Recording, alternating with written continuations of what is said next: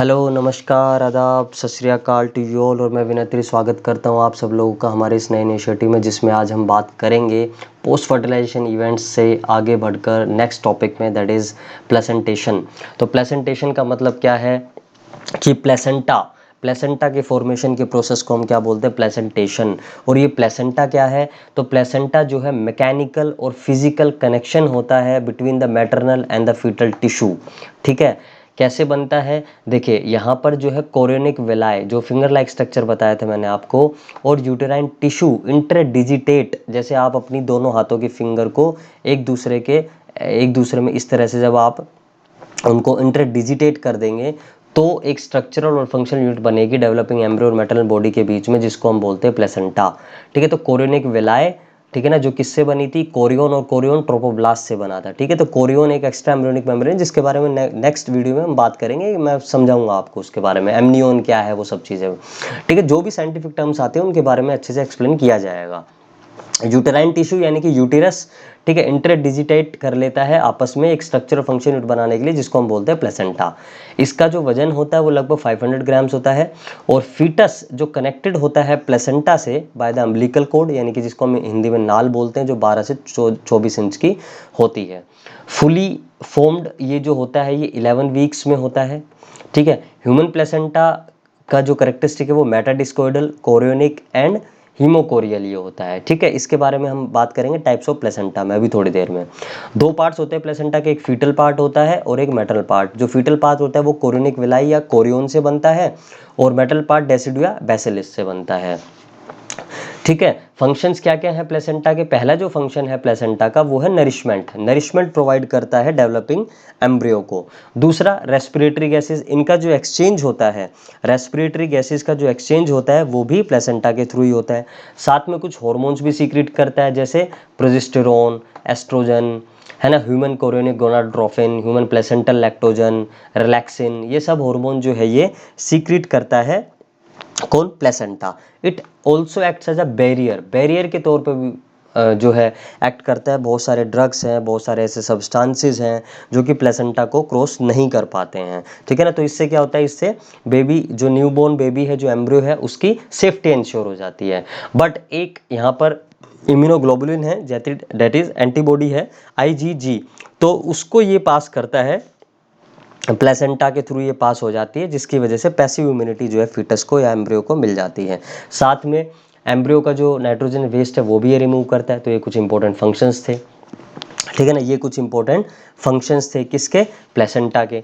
After that हम बात करेंगे टाइप ऑफ प्लेसेंटा। तो टाइप ऑफ प्लेसेंटा से जो है हम बात करेंगे on the basis of histology. Histology यानी कि टिश्यू, उसका एक तरह से स्ट्रक्चर कैसा है। सबसे पहले हमारे पास है एपिथेलियोकोरियल। एपिथेलियोकोरियल का मतलब क्या है? All the 6 layer are present. देखिए, सबसे पहले आपको ये बात यहाँ पर समझनी होगी। देखिए यहाँ देखिए, जैसे मैंने आपको बताया फीटल पार्ट और मैटरनल पार्ट, दोनों पार्ट मिलकर एक टिश्यू बनाते हैं जिसको हम प्लेसेंटा बोलते हैं। तो ये जो पूरा टिश्यू बना, ये प्लेसेंटा बना। यहाँ पर अगर आप देखें तो ये जो तीनों सेल्स हैं, ये तो है फीटल पार्ट, ये तो है फीटल, ठीक है, और ये जो तीनों सेल्स हैं ये है मैटरनल, तो ये मैटरनल साइड का टिश्यू हो गया। ठीक है, तो ये तीन जो लेयर्स बन रही हैं, ये तो है मैटरनल, और ये ऊपर वाली जो तीन बन रही है फीटल। क्या क्या है? देखिए देखिए, ये इसके ब्लड वेसल है, फीटस का ब्लड। ठीक है, फीटल एंडोथेलियल सेल, ठीक है, एंडोथेलियल सेल, ये फीटल कनेक्टिव टिश्यू। ठीक है, और ये फीटस की कोरियोनिक एपिथेलियल सेल्स या फीटस की कोरियोन। बात समझ में आ गई? अब यहाँ देखिए, ये एंडोमेट्रियम, ठीक है ना, ये एंडोमेट्रियम, ये मैटरनल कनेक्टिव टिश्यू, और ये मैटरनल एंडोथेलियल सेल, यानी कि ये ब्लड वेसल्स को जो सराउंड करके रख रहे हैं। ठीक है, बात समझ में आ गई? तो ये 6 लेयर है टोटल। ठीक है, तो इन 6 लेयर्स में अगर हम यहाँ पर बात करें तो एपिथेलियो कोरियल जो प्लेसेंटा होगा वो होगा जिसमें 6 की 6 लेयर प्रेजेंट होती हो, जिसमें 6 लेयर प्रेजेंट होती हो। और ये इस तरह का जो ये प्लेसेंटा है ना, ये मोस्ट प्रिमिटिव है, यानी कि लीस्ट एडवांस्ड जो प्लेसेंटा होता है ना, वो ये होता है एपिथेलियो कोरियल। ठीक है, और ये कहाँ पर पाया जाता है? ये कहाँ पर पाया जाता है? ये मार्सुपियल्स में पाया। मार्सुपियल्स कौन से होते हैं? पाउच वाले जो ऑर्गेनिजम्स होते हैं, पाउच वाले जो मैमल्स है। ठीक है, यानी कि क्यों ऐसा क्यों होता है? देखिए, आपने कंगारू को देखा होगा, कंगारू जो है अपने बेबी को, कंगारू जो फीमेल है अपने बेबी को एक पाउच लाइक स्ट्रक्चर जो उसके एब्डोमेन के बाहर होता है, उसमें वो अपने बेबी को कैरी करती है।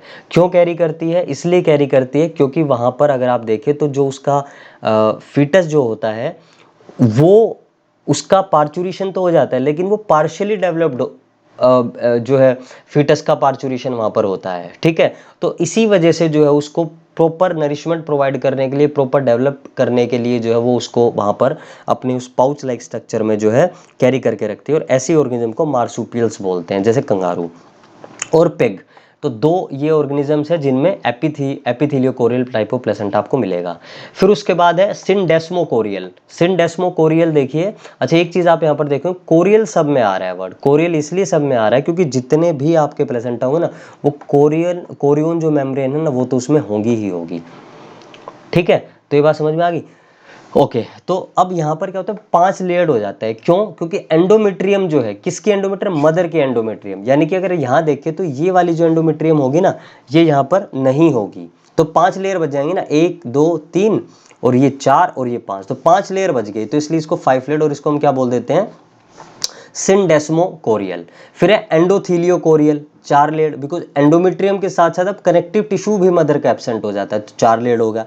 हीमोकोरियल, ये 3 लेयर्ड ही रह जाता है। अच्छा सिंडेस्मोकोरियल के जो एग्जांपल्स है वो आप लिख सकते हैं, शीप, काउ, ये सिंडेस्मोकोरियल के हैं।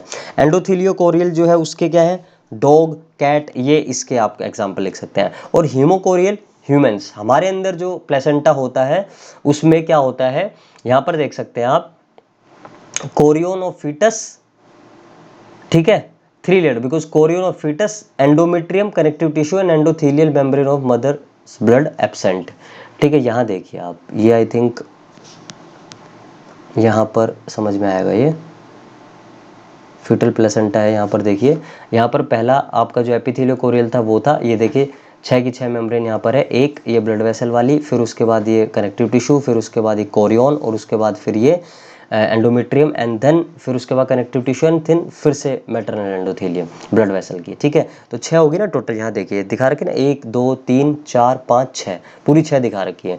तो सिंडेस्मोकोरियल में देखिए, सिंडेस्मोकोरियल में एक एब्सेंट, जो भी एक एब्सेंट होती है, जैसे यहाँ पर क्या एब्सेंट होती है, इसकी देखिए यहाँ पर ये फोर्थ नहीं है, यहाँ पर नहीं है ना फोर्थ इसकी, यानी कि इसका जो एंडोमेट्रियम वाली लाइनिंग थी वो नहीं है यहाँ पर सिंडेस्मो में। यही तो मैंने आपको बताया था, सिंडेस्मो में क्या है, देखिए एंडोमेट्रियम नहीं है।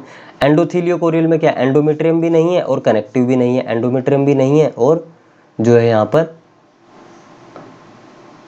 एंडोमेट्रियम भी नहीं है और साथ में कनेक्टिव भी नहीं है, ठीक है। उसके बाद देखिए एंडोथेलियो, उसके बाद आप यहाँ देखिए हीमोकोरियल। हीमोकोरियल में देखिए आप, यहाँ पर ब्लड का है बिल्कुल, 1 है 2 है और फिर तीसरी और सीधा ब्लड वेसल्स आ गए, ठीक है। तो यहाँ पर ये आई थिंक गलत हो गया ये चीज़, कोरियन ऑफ फीटस नहीं, कोरियन तो होगी हमेशा, कोरियन ये आप गलत हो गया, ये आप ठीक कर लीजिए, कोरियन ऑफ फीटस होती है, कोरियन ऑफ फीटस जो है वो यहाँ, इसको काट दीजिए, ये ऐसा नहीं है, ठीक है। एंडोमेट्रियम नहीं होगी, कनेक्टिव टिश्यू भी नहीं होगा और एंडोथेलियल मेम्ब्रेन भी नहीं होगी मदर सेल की, ठीक है। तो 3 नहीं होंगी, तो 3 बच जाएंगी ये, ठीक है। मदर की ये तीनों नहीं होंगी और वहाँ पर ये तीनों होंगी, ठीक है। फीटस की तो मतलब कुल मिला के बात ये है कि फीटस की एंडोथेलियल जो ब्लड वेसल की वो भी होगी, उसके बाद कनेक्टिव टिश्यू भी होगा फीटस का, और फीटस की जो है क्या, कोरियन भी होगी, तो वो डायरेक्ट कांटेक्ट में आ जाएगी ब्लड के, मैटरनल ब्लड में, तो मैटरनल ब्लड वाली जो एंडोथेलियल तो वो भी डिसअपियर हो गई, तो जिसकी वजह से 3 लेयर से बच गई, तो 3 लेयर्ड हो गया, हीमोकोरियल बन गया। After that types of placenta है यहाँ पर, टाइप्स ऑफ प्लेसेंटा है यहाँ पर on the basis of layers that form the placenta, कौन कौन सी लेयर्स बना रही हैं। तो योक सैक या फाल्स प्लेसेंटा हम उसको बोलते हैं जब योक सैक और कोरियन बनाता है, जैसे मार्सुपियल्स में, ठीक है। और कोरियो एलेंटोइक या ट्रू प्लेसेंटा हम उसको बोलते हैं जब कोरियन और एलेंटोइस, ये बताऊंगा अभी, एलेंटोइक मेम्ब्रेन जब प्लेसेंटा बनाती है तो उसको हम बोलते हैं ह्यूमंस, ठीक है जी। उसको हम बोलते हैं कोरियो एलेंटोइक या true placenta, that is in case of humans. After that types of placenta on the basis of behaviour during parturition या डिग्री ऑफ एसोसिएशन, मतलब वो कब तक एसोसिएटेड रहेगी, कब तक वो जुड़ी रहेगी, तो डेसिडुएट एंड नॉन डेसिडुएट, ठीक है ना। डेसिडुएट एंड नॉन डेसिडुएट ये 2 तरह की होती हैं। तो डेसिडुएट में तो क्या होता है कि डेसिडुआ और फीटल पार्ट दोनों डेसिडुआ, डेसिडुआ बेसिलिस यानी कि मैटरनल पार्ट और फीटल पार्ट दोनों प्लेसेंटा के दोनों पार्ट से क्या हो जाते हैं, लॉस्ट हो जाते हैं प्राइमेट्स हमारे केस में। नॉन डेसिडुएट जहाँ पर मैटरनल पार्ट वो रिटेन रहे, जैसे कैटल या पिग्स में। ठीक है, तो ये चीज़ आप याद रख सकते हैं। नोट्स में एक आपको कंट्रा डेसिडुएट मिलेगा, अगर आप उसको जो है काटना चाहें तो आप उसको काट सकते हैं। After that type of placenta on the basis of distribution of villi, जो कोरिनिक विलाय है ना उनका डिस्ट्रीब्यूशन कैसा होगा। तो अगर डिफ्यूज नाम से ही पता लग रहा है, स्कैटर्ड विलाय जो है, कोरिनिक विलाय जो स्कैटर्ड होती हैं, ठीक है, मतलब ऐसे फैली हुई होती हैं। यहाँ आप देख सकते हैं, देखिए अगर मैं आपको बताऊं डिफ्यूज, ये देखिए तो कोरिनिक जो विलाय है वो इस तरह फैली हुई है, ठीक है, तो इसलिए हम कह सकते हैं कि यहाँ पर जो डिफ्यूज्ड होते हैं स्कैटर्ड। पिग या हॉर्स में जोनरी, जोनरी में क्या होता है, बेल्ट की फॉर्म में, एलिप्टिकल इन शेप। कैट और डॉग के केस में होता है एलिप्टिकल शेप, आप समझते हैं ना, मतलब पूरी स्फेरिकल नहीं, ठीक है ना, थोड़ी सी ओवल टाइप से शेप होती है। जैसे मैं आपको दिखाऊं, यहाँ देखिए, ये देखिए ये जोनरी है, ठीक है, तो एलिप्टिकल इन शेप में होती है ये, और ये पूरी तरह से जो है बेल्ट की, एक बेल्ट की फॉर्म में है, ठीक है। उसके बाद अगर आप देखें आगे, कोटिलिडेनरी, ये होती है कैटल्स, शीप, डियर में, और ये कैसी होती है, पैचेस की फॉर्म में होती है। पैच, ये देखिए यहाँ पर थोड़ी सी है कोरोनिक विलाय, यहाँ पर विलाय, यहाँ पर, तो पैचेस में है, ठीक है। आफ्टर दैट, आफ्टर मेटाडिस्कोइडल, जो ह्यूमंस के केस में होती है, मैंने आपको स्टार्टिंग में बताया था मेटाडिस्कोइडल, पहले स्कैटर्ड रहती हैं लेकिन फिर ये रिस्ट्रिक्टेड हो जाती हैं एक या दो डिस्क में, एक या दो डिस्क में। यहाँ देखिए पहले स्कैटर्ड होती है, फिर ये डिस्क की शेप में एक दो जगह आ जाती हैं, ठीक है जी। उसके बाद डिस्कोइडल, यहाँ पर रिस्ट्रिक्टेड होती है, एक सर्कुलर डिस्क या प्लेट की ही फॉर्म में, एक मतलब एक ही जगह पर होती है, सर्कुलर डिस्क की फॉर्म में। Bat, rats, mouse, rabbit, bear, इन सब में ये देखने को मिलती है, ठीक है, जैसे यहाँ देखिए, ठीक है। डिस्कोइडल एक पूरे स्फेरिकल फॉर्म में, एक जगह पर डिस्क की फॉर्म में जो है, ये जो है रिस्ट्रिक्टेड है, ठीक है। After that now will talk about extra embryonic membrane. देखिए एक्स्ट्रा एम्ब्रियोनिक जो मेम्ब्रेन है ये डेवलप होती हैं आपके जो है ट्रोपोब्लास्ट और आईसीएम दोनों से। यहाँ पर सिर्फ ट्रोपोब्लास्ट लिखा है, आपके नोट्स में देखेंगे आप आईसीएम यानी कि इनर सेल मास, दोनों ही कंट्रीब्यूट करते हैं, ठीक है। और ये एमनियोट्स के एग में पाई जाती हैं। अब आप बोलेंगे सर ये क्या है, मैं आपको बता देता हूँ, देखिए क्या होता है।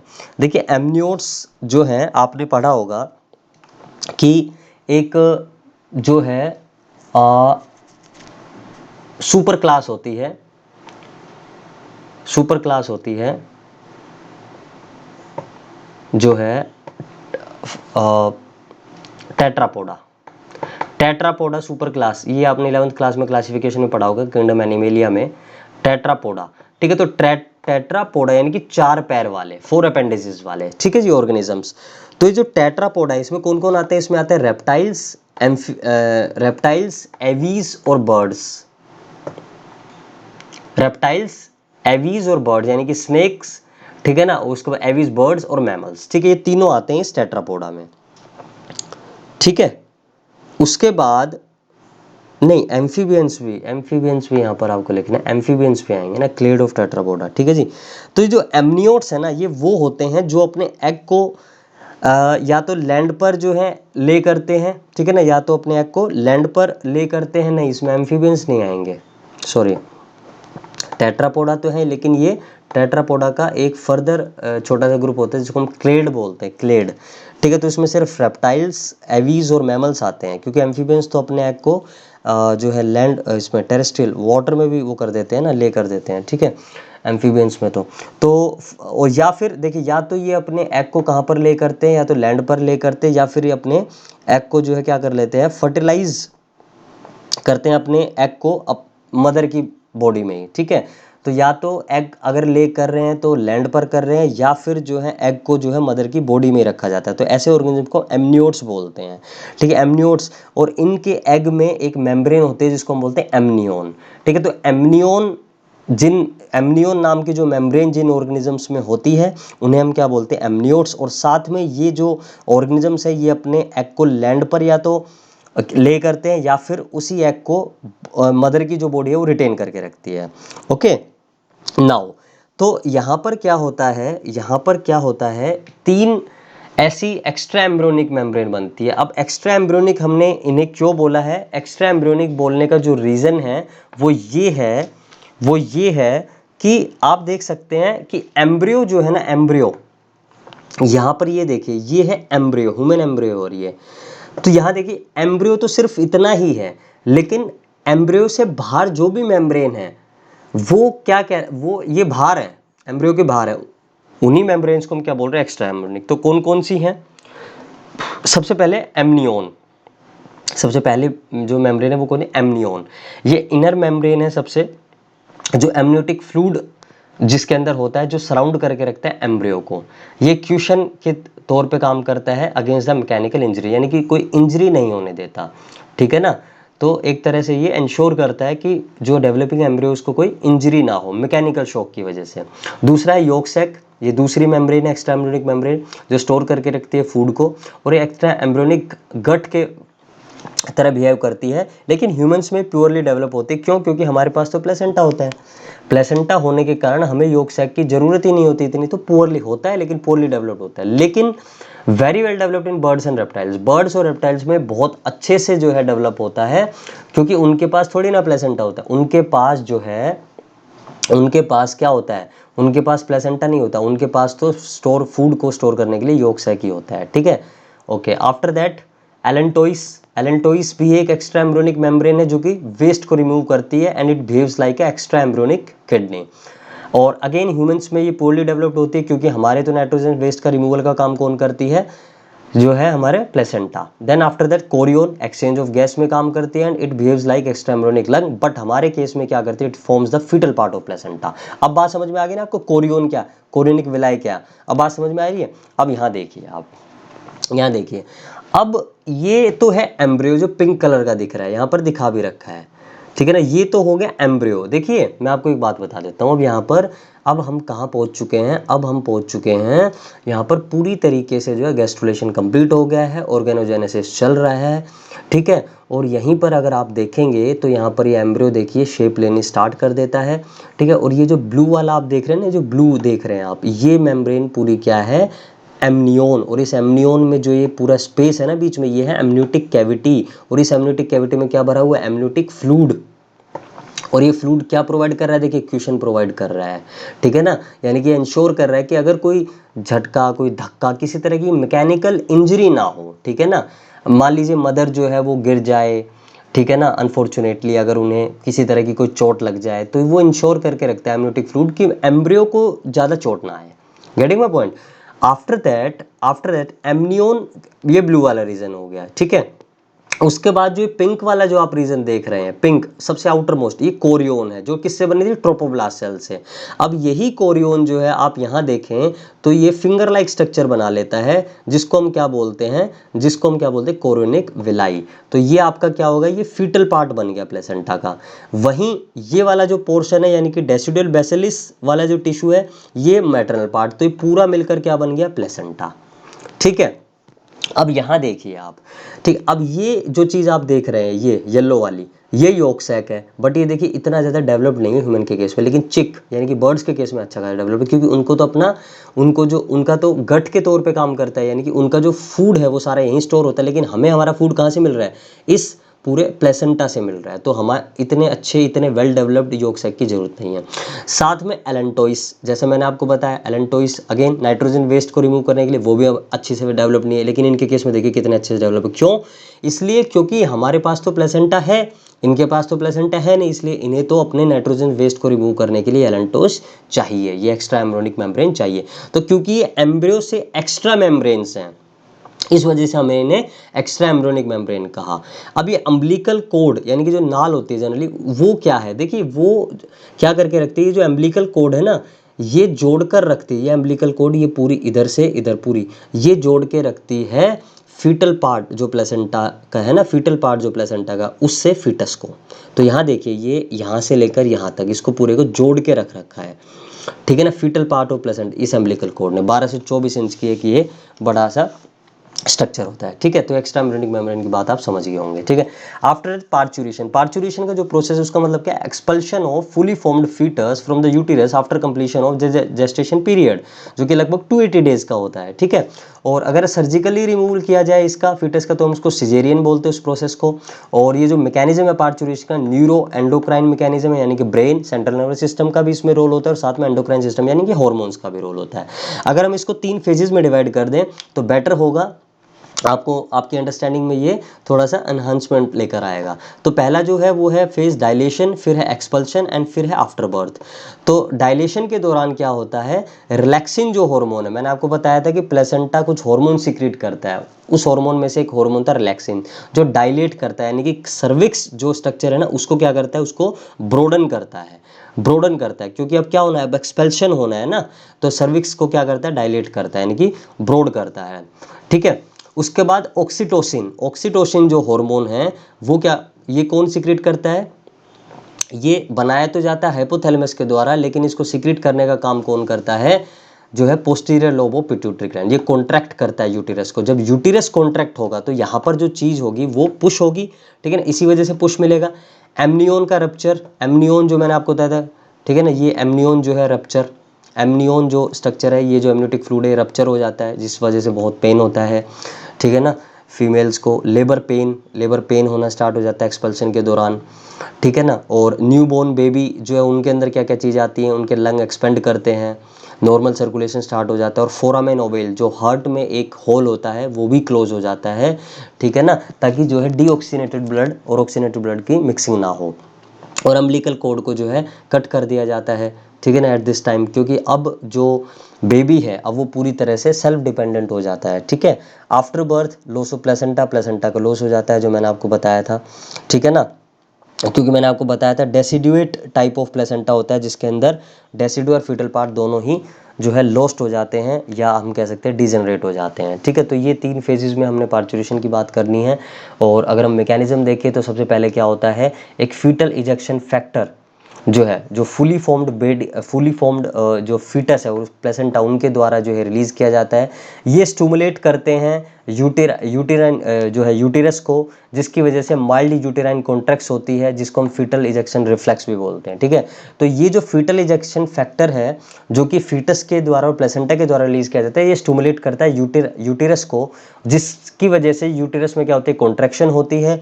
और फिर ये कॉन्ट्रैक्शन जो है, ठीक है ना, ये जो है स्टिमुलेट करता है, ये जो है स्टिमुलेट करता है किसको, मैटरनल जो है, मैटरनल पिट्यूटरी ग्लैंड को, मैटरनल पिट्यूटरी ग्लैंड को, ठीक है ना, मैटरनल पिट्यूटरी ग्लैंड को to release oxytocin, oxytocin release करने के लिए बोलता है। ऑक्सीटोसिन जो है इसके रिलीज होने के बाद क्या हो जाता है, यूटेराइन का कॉन्ट्रैक्शन ज़्यादा हो जाता है, जिसको हम बोलते हैं लेबर पेन, ठीक है। एंड उसके बाद फाइनली क्या हो जाता है, डायलेशन, सर्विक्स का डायलेशन हो जाता है, जो है एक्सपेल्शन हो जाता है, ठीक है। एक्सपेल्शन हो जाता है फुली फॉर्म्ड बेबी का। तो यही सब चीज़ें यहाँ पर हमने इसमें देखनी थी।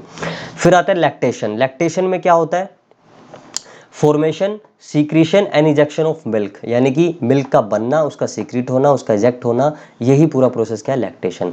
2 फेजेस में होता है। मिल्क सीक्रीशन, यानी कि जो प्रोलैक्टिन है वो पहले स्टिमुलेट करता है एल्वियोलाई, जो मेमरी ग्लैंड है, मेमरी ग्लैंड की जो एल्वियोलाई है, जब मेमरी ग्लैंड की बात की थी उसके स्ट्रक्चर्स की, जो ग्रेप्स लाइक जो पूरा मास था एल्वियोलाई, उनको स्टिमुलेट करता है प्रोलैक्टिन हार्मोन। और इसी प्रोसेस को हम क्या बोलते हैं, लैक्टोजेनेसिस, यानी कि इसका फॉर्मेशन। गैलेक्टोजेनेसिस क्या है, फिर गैलेक्टोजेनेसिस का मतलब maintenance of continuous production and flow of milk, ठीक है ना, यानी कि जो कंटिन्यूअसली जो है प्रोड्यूस होता रहे और फ्लो होता रहे मिल्क, उसी प्रोसेस को गैलेक्टोजेनेसिस कहा जाता है। और ये ग्रोथ हार्मोन, थायरोक्सिन हार्मोन और कोर्टिसोल हार्मोन के कंट्रोल में होता है। तो मिल्क सिक्रीशन, दूसरा है milk ejection under the control of oxytocin. देखिए ये चीज़ आप याद रखेंगे, प्रोलैक्टिन हार्मोन जो है वो मिल्क सीक्रेट करवाता है या वो मिल्क फॉर्मेशन भी करवाता है, लेकिन मिल्क का इजेक्शन जो है वो under the control of oxytocin. फिर कोलोस्ट्रॉम क्या है, पहली बार जो मिल्क प्रोड्यूस किया जाता है वो कोलेस्ट्रॉम होता है, ठीक है ना। और इसको हम ये जो है इसका जो कलर होता है ये काफ़ी थिक होता है और पेल येलो कलर का होता है ये, ठीक है। और इसमें इम्यूनोग्लोबिन भी होती है IgA। और मिल्क जो बाहर इजेक्ट होता है उसके लिए 2 कारण और होते हैं, सकलिंग ऑफ निप्पल और साथ में इमोशनल। तो मदर का जो इमोशनल अटैचमेंट होता है अपनी बेबी के लिए, उसकी वजह से भी जो मिल्क है वो बाहर आता है। रेगुलर मिल्क की अगर हम बात करें तो उसमें वाटर है, मिनरल है, जो है प्रोटीन है, जो कि कैसीन प्रोटीन होता है, जो कि बहुत स्लोली डाइजेस्ट होता है। शुगर है, लैक्टोस, जिसका आप पता ही है, लैक्टोस शुगर होता है, डाइसेक्राइड होता है जो कि, ठीक है ना, ग्लूकोज और गैलेक्टोज से बनता है ये। और ऑयल ड्रैपलेट्स यानी कि फ़ैट। तो देखिए एक जो मिल्क होता है वो एक कंप्लीट डाइट होती है, क्योंकि इसमें आपको carbohydrate, fat, proteins, mineral, water, सारी चीज़ें और इवन विटामिन्स सही क्वांटिटी में जो है मिलते हैं। ठीक है, तो ये लैक्टेशन की बात थी। अब कुछ डिसऑर्डर्स के बारे में बात कर लेते हैं। देखिए जैसे डिसऑर्डर्स हैं, ओलिगोस्पर्मिया का मतलब होता है जब स्पर्म काउंट जो है नॉर्मल स्पर्म काउंट से कम होता है। स्पर्म काउंट जो है नॉर्मल स्पर्म काउंट से कम होता है, उसको हम क्या बोलते हैं, उसको हम बोलते हैं ओलिगोस्पर्मिया। ठीक है, एजूस्पर्मिया क्या होता है, नियर एब्सेंस ऑफ स्पर्म। ठीक है, नियर एब्सेंस, देखिए यहाँ पर जो है स्पर्म काउंट जो है वो आपका अगर जो है फर्टाइल जो ह्यूमंस होते हैं उनके अंदर लगभग 40 मिलियन 1 ml में तो होना ही चाहिए, 40 मिलियन, और ये 100 to 200 मिलियन भी हो सकता है 1 ml में। ठीक है, लेकिन 40 मिलियन होना है। अगर 40 मिलियन से कम है तो उस कंडीशन को ओलिगोस्पर्मिया। एजूस्पर्मिया मतलब नियर एब्सेंस ऑफ स्पर्म, मतलब ऑलमोस्ट खत्म ही है। क्रिप्टोकाइडिज्म किसे कहते हैं, जब टेस्टीज जो हैं, जो मैंने आपको बताया 7th मंथ में डिसेंड कर जाती हैं हमारे स्क्रोटल सैक में, स्क्रोटम में, तो अगर वो ना करें, है ना, when testis fail to descend into scrotal sac, तो उसको हम, उस कंडीशन को हम क्रिप्टोकाइडिज्म बोलते हैं। इंग्यूनल हर्निया, जब इंटेस्टीन का एक लूप, इंटेस्टीन का जो लूप है वो स्क्रोटम के अंदर चला जाए, ठीक है, तो उसको, उस कंडीशन को इंग्यूनल हर्निया, और इसको सर्जरी के द्वारा ठीक किया जाता है। Gynaecomastia, enlargement of breast in males, और hyper sorry hysterectomy, yes, hysterectomy जो है वो रिमूवल ऑफ यूटेरस, यूटेरस का रिमूवल को हम बोलते हैं। मेनोपोज जो है मेंस्ट्रुएशन जब बंद हो जाती है एट द एज ऑफ 50 और 52 इन केस ऑफ फीमेल्स, है ना। और मेनार्क, फर्स्ट मेंस्ट्रुएशन को मेनार्क बोलते हैं। और एक्टोपिक प्रेगनेंसी जो कि बहुत डेंजरस होती है, जब जाइगोट जो है वो फैलोपियन ट्यूब में ही रह जाता है। टेराटोलॉजी, जो टेराटोजेंस जो होते हैं उनकी स्टडी को हम क्या बोलते हैं, टेराटोजेंस, यानी कि जो एक तरह से हम बोल सकते हैं कि जो आपके ये कैंसर कोजिंग आप बोल सकते हैं कुछ एलिमेंट्स, ठीक है, जो कैंसर कोज करते हैं। ठीक है ना, तो ये सब चीज़ें जो है आपने देख ली है, समझ ली हैं। ठीक है, और मेरे हिसाब से सारी बातें आपको समझ में आ गई होंगी। ठीक है ना, किस तरह से हमने क्या क्या चीज़ें देखी हैं वो आप एक बार दोबारा से जब एनसीईआरटी और इसके स्लाइड्स या अपने नोट्स को जब पढ़ेंगे तो आपको अच्छे से और समझ में आ जाएगा। अगर कुछ नहीं आएगा तो आप मुझसे बात कर सकते हैं, हम दोबारा से इनको डिस्कस कर लेंगे। Okay, so till then, thank you very much.